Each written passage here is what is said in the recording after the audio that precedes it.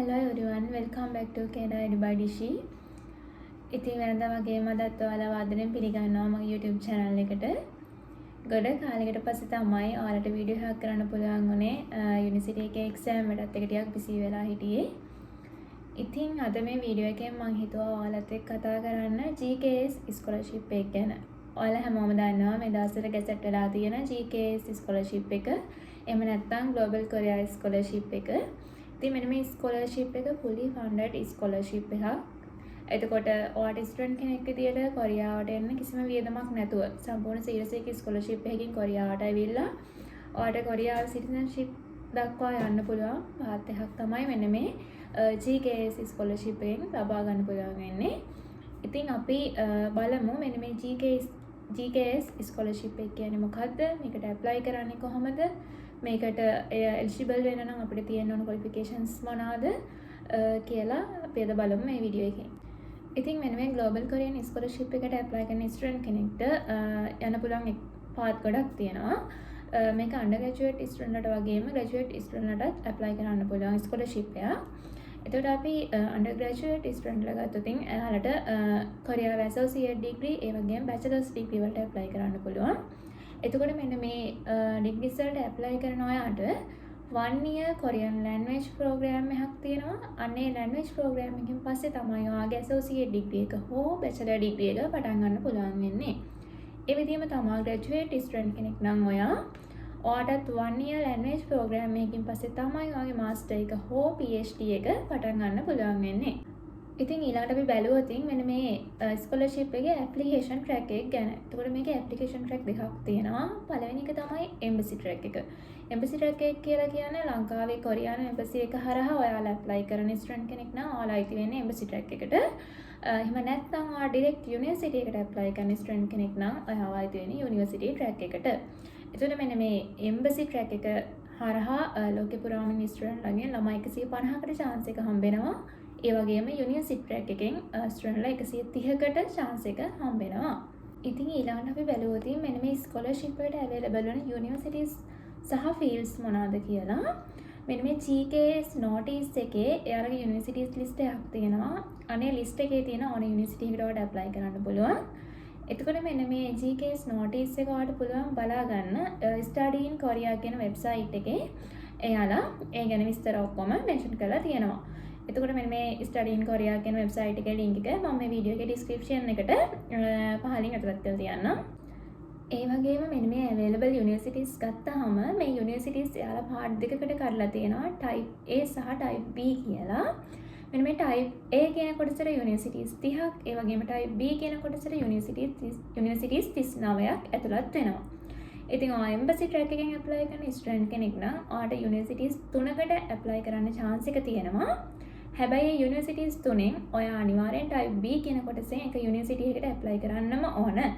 ඒක අනිවාර්යයි. ඒ වගේම තමයි ඔයා යුනිවර්සිටි ට්‍රැක් එකකින් ඇප්ලයි කරන ස්ටුඩන්ට් කෙනෙක් නම් ඔයාට ඇප්ලයි කරන්න පුළුවන් ඉන්නේ එකම එක යුනිවර්සිටි එකකට විතරයි. ඊළඟට අපි බලමු මේ ස්කෝලර්ෂිප් එකට ඇප්ලයි කරන ස්ටුඩන්ට් කෙනෙක්ට තියෙන ඕන සුදුසුකම් මොනවාද කියලා. ඔයා බැචලර් එකකට ඇප්ලයි කරන ස්ටුඩන්ට් කෙනෙක් නම් ඔයා අනිවාර්යෙන් මේ ලෙවල් පාස් වෙලා තියෙන්න ඕන. එහෙම නැත්නම් ඇසෝසියේට් ඩිග්‍රී එකක් තියෙන්න ඕන. ඔයා ඇසෝසියේට් ඩිග්‍රී එකට ඇප්ලයි කරන ස්ටුඩන්ට් කෙනෙක් නම් අනිවාර්යයෙන්ම මේ ලෙවල් පාස් වෙලා තියෙන්න ඕන. ඒ වගේම ඔයා මාස්ටර්ස් වලට ඇප්ලයි කරන කෙනෙක් නම් බැචලර් ඩිග්‍රී එකකින් ග්‍රැජුවේට් වෙලා තියෙන්න ඕන. සහ ඔයා PhD එකකට ඇප්ලයි කරන කෙනෙක් නම් මාස්ටර්ස් එකකින් ග්‍රැජුවේට් වෙලා තියෙන්න ඕන. අනිත් වැදගත්ම දේ තමයි ඔයා මේ වෙද්දිත් බැචලර් ඩිග්‍රී එකකින් ග්‍රැජුවේට් වෙලා ඉන්න ස්ටුඩන්ට් කෙනෙක් නම් ඔයාට මෙන්න මේ GKS එකේ අන්ඩර්ග්‍රැජුවේට් කියන කොටසට ඇප්ලයි කරන්න බෑ. ඒ වගේම තමයි ඔයා මේ වෙද්දිත් ඇසෝසියේට් ඩිග්‍රී එකක් තියෙන ස්ටුඩන්ට් කෙනෙක් නම් ඔයාට මෙන්න මේ GKS එකේ ඇසෝසියේට් ඩිග්‍රී කියන කොටසට ඇප්ලයි කරන්නත් බෑ. ඊළඟට ඔයාලට තියෙන සුදුසුකමක් තමයි අනිවාර්යෙන්ම ඔයාලගේ GPA එක. ඉතින් මෙයාලා GPA එක කැල්කියුලේට් කරන ක්‍රමය ගත්තාම CGPA එහෙම නැත්නම් cumulative GPA කියන ක්‍රමයෙන් තමයි මෙයාලා GPA කැල්කියුලේට් කරන්නේ. ඉතින් මේ විදිහ ගත්තාම ඔයාට හතරෙන් නම් GPA එක 2.64 2.64ක් GPA එක තියෙන්න ඕන. එතකොට ඔයාගේ මෙන්න මේ GPA එක තියෙන විදිහ අනුව ඔයාට වෙනම points ගානක් add වෙනවා. ඒ වගේම තමයි මේ ස්කෝලර්ෂිප් එකට ඇප්ලයි කරද්දී ඔයා අන්ඩර් ග්‍රැජුවේට් කැටගරි එකට ඇප්ලයි කරන ස්ටුඩන්ට් කෙනෙක් නම් ඔයාගේ වයස අවුරුදු 25ට වඩා අඩු වෙන්න ඕන. ඒ වගේම තමයි ඔයා ග්‍රැජුවේට් කෙනෙක් කැටගරි එකට ඇප්ලයි කරන ස්ටුඩන්ට් කෙනෙක් නම් ඔයාගේ වයස අවුරුදු 40ට වඩා අඩු වෙන්න ඕන. ඊළඟ වැදගත්ම දේ තමයි ඔයා ඒ වගේම ඔයාගේ අම්මා සහ තාත්තා ලංකාවේ පුරවැසිභාවය තියෙන පුද්ගලයන් වෙන්නම ඕන. ඊට පස්සේ මෙන්න මේ ස්කෝලර්ෂිප් එකේ ඇප්ලිකේෂන් එක ෆිල් කරද්දී ඔයාට ස්ටඩි ඉන් කොරියා කියන වෙබ්සයිට් එකට ගිහිල්ලා ඒකෙන් ඔන්ලයින් මෙන්න මේ ඇප්ලිකේෂන් එක ෆිල් කරන්න පුළුවන්. ඒ වගේම තමයි මේකේ තව වැදගත් දෙයක් තියෙනවා. මම මුලින්ම කිව්වා ඔයාලා මෙන්න මේ ස්කෝලර්ෂිප් එකෙන් එද්දී ඔයා අන්ඩර් ග්‍රැජුවේට් ආවත් ග්‍රැජුවේට් ආවත් ඔයාට ටොපික් ලෙවල් 5 හෝ 6 නැත්නම් අනිවාර්යයෙන්ම ඔයාලට 1 year ලැන්ග්වේජ් ප්‍රෝග්‍රෑම් එකක් කම්ප්ලීට් කරන්නම වෙනවා. ඒ කම්ප්ලීට් කරාට පස්සේ තමයි ඔයාගේ ඩිග්‍රී ප්‍රෝග්‍රෑම් එකට හෝ මාස්ටර් ප්‍රෝග්‍රෑම් එකට යන්න පුළුවන් වෙන්නේ. එතකොට මෙන්න මේ ලැන්ග්වේජ් ප්‍රෝග්‍රෑම් එක 1 year නේ. අන්න ඒ 1 year එක ඇතුළේදී ඒ 1 year එක ඉවර වෙද්දී ඔයා අනිවාර්යයෙන්ම ටොපික් ලෙවල් 3 හෝ 4 කම්ප්ලීට් කරලා තියෙන්නම ඕන. ඒක යාලගේ කන්ඩිෂන් එක. ඒ විතරක් නෙවෙයි ඔයා ග්‍රැජුවේට් වෙද්දී, ඒ කියන්නේ ඔයාගේ කන්වර්කේෂන් එක වෙද්දී ඔයා අනිවාර්යයෙන්ම ටොපික් ලෙවල් 5 හෝ 6 කම්ප්ලීට් කරලා තියෙන්නම ඕන. ඒ වගේම තමයි මේ ස්කෝලර්ෂිප් එක ඇප්ලයි කරන ඔයාගේ ෆිසිකල් හෙල්ත් එක වගේම මෙන්ටල් හෙල්ත් එකත් ඉතින් හොඳ තත්ත්වයේ තියෙන්න ඕන. මොකද ඔයාලා කොරියාවට ආව ගමන් එයාලා ඔයාලගේ මෙඩිකල් එකක් ගන්නවා. ඊළඟ වැදගත්ම දේ තමයි ඔයා මේ වෙද්දිත් කොරියන් යුනිවර්සිටි එකකින් ඔන්ලයින් හෝ ෆිසිකල් ඉගෙනගෙන ග්‍රැජුවේට් වෙච්ච ස්ටුඩන්ට් කෙනෙක් හෝ කොරියන් යුනිවර්සිටි එක ෆයිනල් ඉයර් එකේ ඉන්න ස්ටුඩන්ට් කෙනෙක් නම් ඔයාට මේ ස්කෝලර්ෂිප් එකට ඇප්ලයි කරන්න අවස්ථාවක් නැහැ. ඊළඟට අපි බලමු මෙන්න මේ ස්කෝලර්ෂිප් එකට ඇප්ලයි කරන්න නම් ඔයා හදාගන්න ඕන ඩොකියුමන්ට්ස් මොනවද කියලා. ඉතින් මේ ස්කෝලර්ෂිප් එකට ඇප්ලයි කරන එක ඇත්තටම හරිම කම්පිටිටිව්. මොකද මේකට තෝරගන්නේ ඉතාමත් අඩු ළමයි ප්‍රමාණයක්. ඒ නිසා මේක කැසට් කරද්දිම ඇප්ලයි කරන්න නම් ඔයා ඒ වෙද්දී ඔයාගේ ඩොකියුමන්ට්ස් හදාගෙන රෙඩි වෙලා ඉන්න ඕන. අපි බලමු එක එක මොනවාද මේකට ඇප්ලයි කරන්න ඔයා හදාගන්න ඕන ඩොකියුමන්ට්ස් කියලා. පළවෙනි ඩොකියුමන්ට් එක තමයි ඔයා මේ ඇප්ලිකේෂන් ෆෝම් එක ෆිල් කරගෙන තියෙන්න ඕන. ඒ වගේම ඔයාගේ පර්සනල් ස්ටේට්මන්ට් එකක් සහ ස්ටඩි ප්ලෑන් එකක්. මෙන්න මේ දෙක හරිම ස්ට්‍රෝං විදිහට හදාගන්න ඕන. මොකද මේක මත තමයි ඔයා මේ ස්කෝලර්ෂිප් එකට තෝරගන්නවද කියන එක තීරණය වෙන්නේ. ඒ නිසා මෙන්න මේ පර්සනල් ස්ටේට්මන්ට් එක සහ ස්ටඩි ප්ලෑන් එක කියන දෙක හරිම ස්ට්‍රෝං විදිහට හදාගන්න ඕන. ඒ වගේම තමයි රෙකමෙන්ඩේෂන් ලෙටර් එකක් ඕන වෙනවා. සමහර යුනිවර්සිටිස් වලට රෙකමෙන්ඩේෂන් ලෙටර්ස් එකයි ඉල්ලන්නේ. හැබැයි සමහර යුනිවර්සිටිස් වලට රෙකමෙන්ඩේෂන් ලෙටර්ස් දෙකක් ඉල්ලනවා. ඒක යුනිවර්සිටි එකෙන් යුනිවර්සිටි එකට වෙනස් වෙනවා.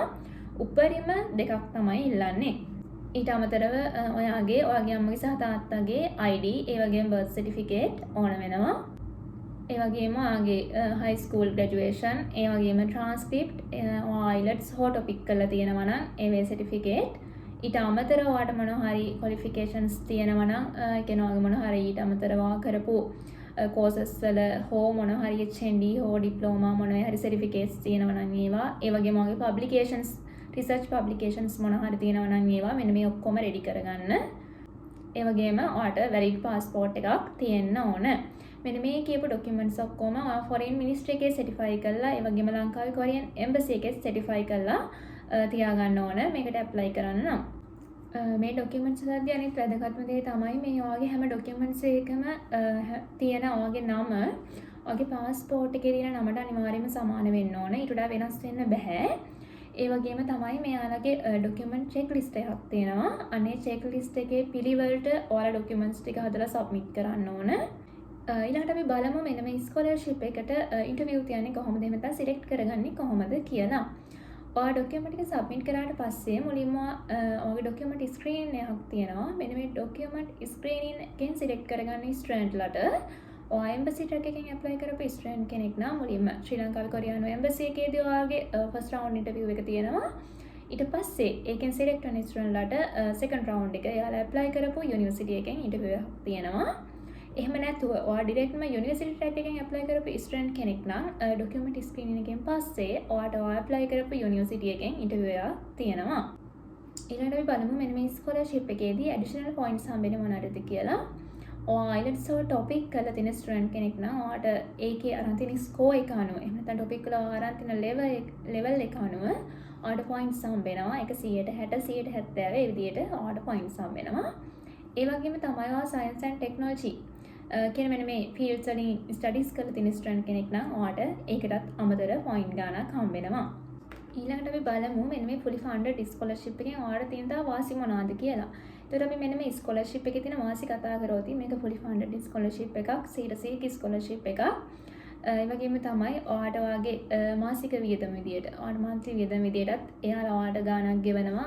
ඒක ඒ ගාණ ඔයා බැචලර් කරන කෙනෙක් නම්, මාස්ටර් කරන කෙනෙක් නම් ඔයාලේ කරන එක අනුව ඒ ගෙවන ගාණ වෙනස් වෙනවා. ඒ වගේම තමයි මම ඔයාලට කලින් කිව්වා මෙන්න මේ ස්කෝලර්ෂිප් එකෙන් එද්දී ඔයා ටොපික් ලෙවල් 5 හෝ 6 නැති ස්ටුඩන්ට් කෙනෙක් නම් ඔයා 1 year ලැන්ග්වේජ් ප්‍රෝග්‍රෑම් එකක් කරන්න ඕන යුනිවර්සිටි එකක. ඒතර මෙන්න මේ ලැන්ග්වේජ් ප්‍රෝග්‍රෑම් එකටත් එයාලා පේමන්ට් එක කරනවා. ඒ වගේම තමයි ඔයාගේ එයා ටිකට් එක පවා ඔයාට ෆ්‍රී. ඒ වගේම තමයි ඔයා ග්‍රැජුවේට් වෙලා ආපහු ලංකාවට යනවා නම් ඒ අද්දිත් ඔයාගේ එයා ටිකට් එක ෆ්‍රී. මෙන්න මේ කියන බෙනිෆිට්ස් ටික ඔයාලට මෙන්න මේ fully funded scholarship එකෙන් හම්බ වෙනවා. ඉතින් මෙන්න මේ වගේ chances ගොඩක් මෙන්න මේ GKS කියන fully funded scholarship එකෙන් ඔයාලට ලබා ගන්න පුළුවන්. මාසෙට ඔයාගේ වියදමට ඔයාගේ අතට සල්ලි හම්බ වෙන ගමන්ම සම්පූර්ණයෙන් නොමිලේ 100%ක් නොමිලේ කොරියානු විශ්වවිද්‍යාලයක ඉගෙන ගන්න ලොකු chance එකක් ඔයාලට හම්බ වෙන්නේ. ඉතින් ඔයාලා හැමෝම try කරලා බලන්න මේකට. මෙන්න මේ details ටික තමයි මම ඔයාලට අද මේ වීඩියෝ එකෙන් කියන්න ඉදියේ. මොකද මේ දවස්වල මේ scholarship එක ගැසට් කරලා තියෙන්නේ. ඒ නිසා පුළුවන් ඔයාලා හැමෝම මේකට apply කරලා බලන්න. ඉතින් වීඩියෝ එක බලපු ඔයාලා හැමෝටම thank you so much.